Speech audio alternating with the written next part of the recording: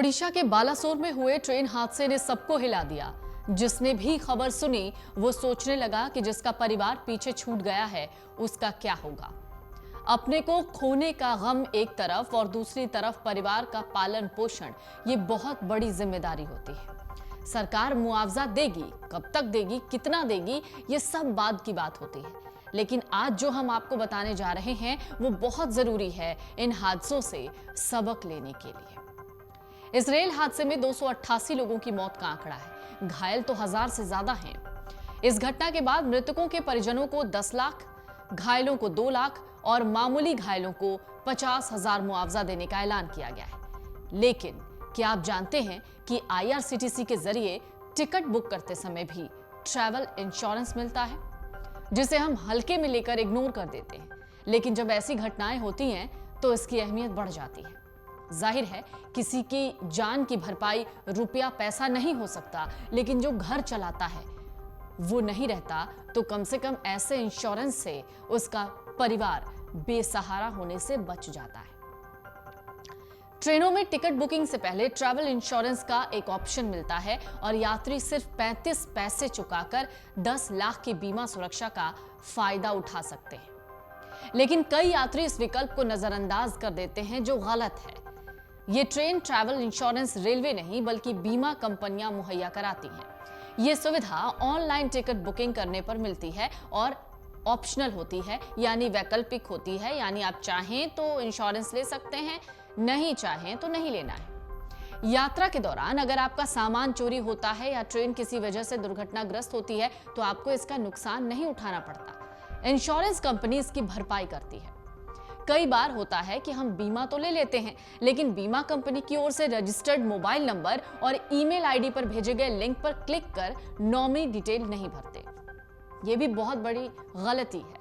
यात्रा करते वक्त अगर ट्रेन दुर्घटनाग्रस्त होती है तो यात्री को होने वाले नुकसान की भरपाई बीमा कंपनी करती है।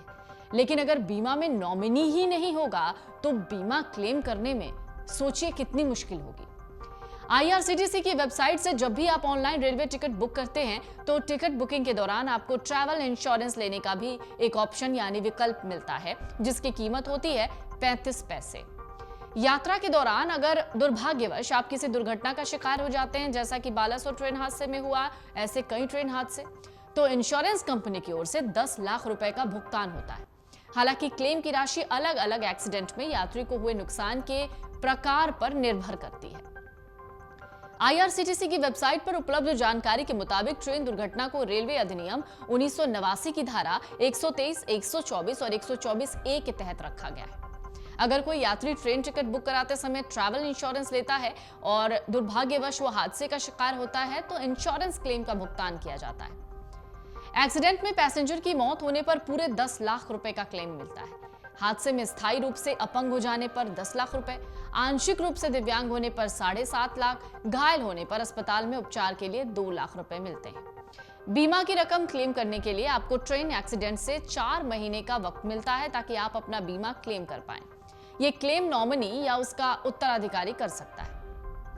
आप इस बीमा कंपनी के ऑफिस में जाकर संबंधित दस्तावेज को जमा करके बीमा क्लेम कर सकते हैं। बीमा कंपनी LIC ने ओडिशा ट्रेन हादसे के पीड़ितों को राहत देते हुए उनके लिए क्लेम सेटलमेंट प्रोसेस को आसान बनाया। LIC की ओर से जारी किए गए बयान में कहा गया कि ये छूट LIC के बीमा धारकों के साथ प्रधानमंत्री जीवन ज्योति बीमा योजना के बीमा धारकों के लिए है। पॉलिसी में क्लेम करने के लिए रेलवे, पुलिस और केंद्रीय एजेंसियों की ओर से जारी की गई मृतकों की लिस्ट को ही मृत्यु प्रमाण पत्र मान लिया जाएगा। इससे हादसे के पीड़ितों को राहत मिलेगी। LIC रेल हादसे पीड़ितों की ओर से आए क्लेम को जल्द सेटल करने के लिए डिविजनल और ब्रांच स्तर पर हेल्प डेस्क स्थापित करेगा। इसके लिए एक हेल्पलाइन नंबर है 02268276827। हालांकि ट्रेन ट्रैवल इंश्योरेंस की सुरक्षा सिर्फ IRCTC की साइट से टिकट बुक कराने पर ही मिलती है। इस बारे में ज्यादा जानकारी के लिए आप IRCTC की वेबसाइट पर टिकट बुकिंग कराने के दौरान हासिल कर सकते हैं। IRCTC के जरिए टिकट बुकिंग करते वक्त यात्रियों से ये ट्रैवल इंश्योरेंस का विकल्प चुनने का ऑप्शन प्रदान किया जाता है।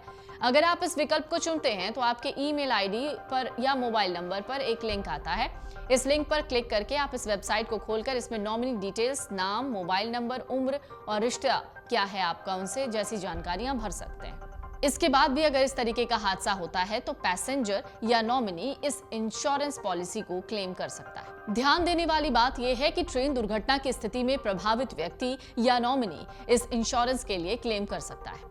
इसके लिए आप सबसे पहले इंश्योरेंस प्रदान करने वाली कंपनी के नजदीकी ऑफिस जाइए। इसके बाद जाकर आप कंपनी को क्लेम से संबंधित जानकारी ले लीजिए। इसके बाद नॉमिनी या पैसेंजर जिसका आधार कार्ड, पैन कार्ड, हॉस्पिटल का बिल या डेथ सर्टिफिकेट जैसे डॉक्यूमेंट जमा कर दीजिए। ध्यान रखिए क्लेम एक्सीडेंट होने के 4 महीने के भीतर ही होता है।